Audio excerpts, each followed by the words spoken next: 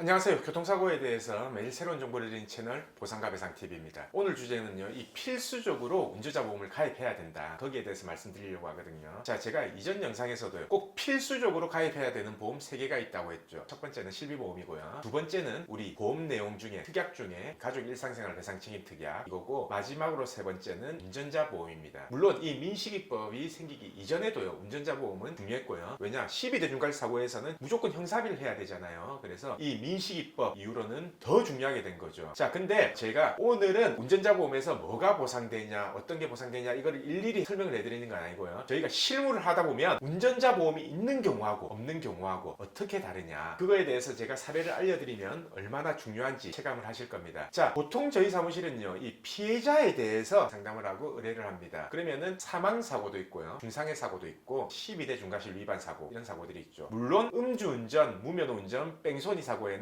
운전자 보험은 아무 상관이 없습니다. 왜냐? 어차피 혜택이 안 돼요. 면책사항이기 때문에 이 음주, 무면허, 뺑소니는 운전자 보험에서 면책사유고요. 나머지 졸음운전으로 중앙선 침범을 했다든지 신호위반을 했다든지 이럴 경우에는 운전자 보험에서 해당이 되거든요. 그리고 내가 12대 중과실 위반 사고는 아니지만 운전을 하다가 무단횡단하는 사람을 쳐서 이제 사망을 했다, 아니면 중상해를 당했다 라고 한다면은 이 운전자 보험에서 혜택을 받을 수가 있는데요. 이런 피해자들을 상담하고 사건을 의뢰하면은 저희는 민사만 하는 게 아니라 이 형사사건까지 저희가 처리를 하거든요. 그러니까 피해자 입장에서는요, 만약에 사망을 했다 그럼 유족이잖아요. 안 그래도 슬퍼가지고 억울하고 분하고 때려 죽이고 싶은데 가해자하고 통화하고 싶겠습니까? 당연히 통화가 안 되겠죠. 감정적으로밖에 안 될 거 아닙니까? 그러면은 저희가 대신 가해자하고 통화하는 겁니다. 그리고 가해자 입장에서도요, 생각을 해보세요. 유족이 통화하는 거하고요, 유족이 변호사 사무실을 선임을 해서 이 변호사 사무실에서 가해자를 대하는 거하고는 압박 정도가 좀 달라요. 아, 그럼 자기도 변호사를 선임해야 되는 거 아니냐, 이거 까딱 잘못하면은 합의 못하고 처벌만 맞는 거 아니냐라고 이렇게 압박을 받기 때문에 저희가 이제 대응을 하는 거고요. 이렇게 대응하다 보면은 예를 들어서 사망사고다 그러면은 우리가 가해자하고 통화를 합니다. 저희가 되게 친절하게 하냐? 그것도 아니에요. 왜냐? 우리는 피해자 쪽을 대변하는 거지 가해자 쪽에 대해서는 저희가 친절하게 할 필요는 없거든요. 그렇다고 해서 우리가 가해자를 압박할 필요도 없습니다. 왜냐? 우리 목적은요, 피해자를 대신해서 가해자한테 형사비금을 최대한 받아내는 게 저희 목적이에요. 이렇게 하다 보면은 제가 최초로 물어보는 게 그렇습니다. 저희는 이렇게 피해자 쪽에서 선임을 한 변호사 사무실이다. 근데 먼저 확인할게요. 저희는 합의를 안 하려고 하는 건 아니다. 가해자 쪽에서도 그렇고요, 합의를 하면 더 좋을 거고 처벌이 반면이 될 거고, 우리 쪽에서도 합의금을 최대한 많이 받는 게 저희 목적이다. 그래서 어차피 피해자는 합의 의사가 없다 하더라도 만약에 금액이 맞다면 저희가 중간다리 역할은 하겠다라고 하는데, 제일 처음에 물어보는 게 운전자 보험이 가입돼 있냐 안 돼 있냐, 그거부터 물어봅니다. 그리고 운전자 보험이 가입돼 있다면 언제 가입했냐. 최근에 가입했으면 1억까지 될 거고요, 그 이전에 가입했으면 3천만 원까지밖에 안 될 거 아닙니까? 가해자도 그래요. 운전자 보험이 있는 가해자하고 없는 가해자하고 완전히 입장이 달라져요. 왜냐? 예를 들어서 피해자가 요구하는 형사비금이 5천만 원이다. 근데 운전자 보험이 만약에 3천만 원이 지원이 돼요. 그러면은 가해자 입장에서는요, 1천만 원, 2천만 원 정도 자기 이제 부담이 되는 거고요. 만약에 운전자 보험이 없다라고 한다면은 5천만 원 정도를 자기 돈에서 만들어내야 된다라는 거죠. 그리고 최근에 가입한 1억짜리 운전자 보험을 가입해 있다면요, 가해자 입장에서는요, 사실 자기 지갑에서는 돈 거의 안 나간다고 보시면 됩니다. 왜냐? 형사비금이 1억 이상 되는 경우는 거의 없어요. 예를 들어서 중상해 사망이라고 하더라도 음주, 무면허, 뺑소니는 어차피 운전자 보험이 안 되는 거고요. 단순 사망사고나 중상해 사고 이런 경우에는요, 1억이면 웬만큼은 합의된다라고 보시면 됩니다. 그러면은 솔직히 가해자 입장에서 저희가 운전자 보험이 있다라고 했는데 그 운전자 보험이 1억이에요. 그러면은 가해자한테는 솔직히 그래요. 1억이면은 큰 걱정 안 하셔도 됩니다. 웬만하면은 저희가 피의자하고 얘기해서 바로 보험사로 청구하는 걸로 해서 합의를 진행하겠습니다 라고 이렇게 된다라는 얘기죠. 자, 생각해보세요. 단돈 10,000원, 20,000원 차이로요, 자기가 가해자임에도 불구하고 그렇게 심리적 압박감을 안 느껴도 된다는 얘기죠. 운전자 보험이 명확하게 1억짜리가 가입되어 있다면. 반면에 운전자 보험이 가입 안 돼 있는 가해자 같은 경우에는요, 처음부터 끝까지 비굴해요. 처음부터 끝까지 자기는 한마디도 못합니다. 왜냐? 합의금을요, 자기가 전부 다 만들어내야 돼요. 근데 수천만 원이 솔직히 통장에 없는 사람이 거의 대부분 아닙니까? 당장 수천만 원을 못 만들어내는 사람이 대부분 아니에요. 그래서 운전자 보험이 있냐 없냐에 따라서 합의가 되고 안 되고가 되게 달라지고요. 물론 이게 안 되면은 당연히 형사처벌은 받겠죠. 그리고 운전자 보험이 3천만 원짜리냐 1억짜리냐 이거에 따라서 완전히 달라집니다. 1억짜리는 합의 거의 쉽게 된다고 보시면 됩니다. 근데 3천만 원짜리는 3천만 원만 자기가 주겠다라고 하면 솔직히 어느 피해자가 좋아하겠습니까? 운전자 보험에서 3천만 원이 그렇게 많은 금액도 아닌데다가 자기 돈은 한 푼도 안 내겠다는 소리니까 피해자 입장에서는 쉽게 합의해 주지는 않는 거죠. 그러면 이렇게 생각하시면 됩니다. 1억짜리 가입되어 있는 사람은 사고가 크게 난다고 하더라도 어느 정도 편하게 합의를 하는 거고, 거고요. 3천만 원짜리가 가입돼 있는 분들은 그나마 합의할 여지가 있다는 겁니다. 근데 운전자 보험이 없는 경우에 합의를 제대로 하는 게 거의 없어요. 그래서 제가 말하는 운전자 보험은 꼭 가입해야 된다. 가입할 수 있으면 1억짜리로 가입해라. 예전에 3천만 원짜리 있으면 갱신을 하든 특약을 바꾸든 아니면 아예 그 보험을 없애고 새로 가입하든 무조건 1억짜리로 가입하는 게 좋다라는 얘기입니다. 자, 그것뿐만 아닙니다. 변호사 지원금 있죠. 예를 들어서 내가 12대 중과실 위반 사고다 라고 하면은 어차피 공소 제기가 될 거 아닙니까? 공소 제기가 된다면은 변호사 지원, 지금 최근에 나온 보험은 2천만 원까지 지원이 되거든요. 그러면 자기는 변호사 비용 2천만 원 그 보험에서 어차피 받아가게끔 하고 피해자한테는 1억 주고 이러면은 거의 자기는 아무런 돈 안 들이고 이 모든 걸 해결할 수 있다는 얘기죠. 자, 그게 다가 아니죠. 자동차 부상치료비라고 해서요. 내 혼자 사고 나거나 아니면은 다른 차하고 사고 났을 때 운전자 보험이 가입돼 있다면 예를 들어서 내가 입원했어요. 입원하면은 50만 원 나오고 100만 원 나오고 이 자동차 부상치료비도 있거든요. 그래서 운전자 보험 하나로요 여러 가지 혜택이 된다. 그리고 특히 이 운전자 보험은요 내가 사고 났을 때 받는 것보다 다른 사람을 위해서 쓰고 다른 사람을 다치게 해서 내가 변호사를 선임한다든지 아니면은 형사처벌을 받으면서 벌금을 낸다든지 그 부분에 대해서는 전혀 부담 안 드리고 처리를 할 수 있다는 얘기입니다. 그래서 제가 사건을 처리할 때 가해자하고 통화했을 때 가해자가 반응이 어떻고 어떤 식으로 쉽게 처리가 되냐 안 되냐 그 부분을 설명을 드리면은 아마 지금 방송 보시는 분들이 피해자도 있을 거지만 자기가 또 나중에 사고를 낼 수도 있거든요. 그리고 안 다치더라도 저런 상황에서 사고가 나면은 운전자 보험이 있으면 쉽게 처리되겠다라는 걸 느낀다면은 꼭 운전자 보험을 필수로 가입해야 되겠다라는 생각이 드실 겁니다. 자, 그래서 오늘은 이 운전자 보험의 필요성, 이게 실제 사례에서 얼마나 필요하냐, 있는 거하고 없는 거하고 어떻게 차이 나냐, 그거에 대해서 설명을 드렸고요. 자, 내일도 새로운 주제를 가지고 오겠습니다. 오늘 방송 끝까지 봐주신 구독자분들 감사드립니다.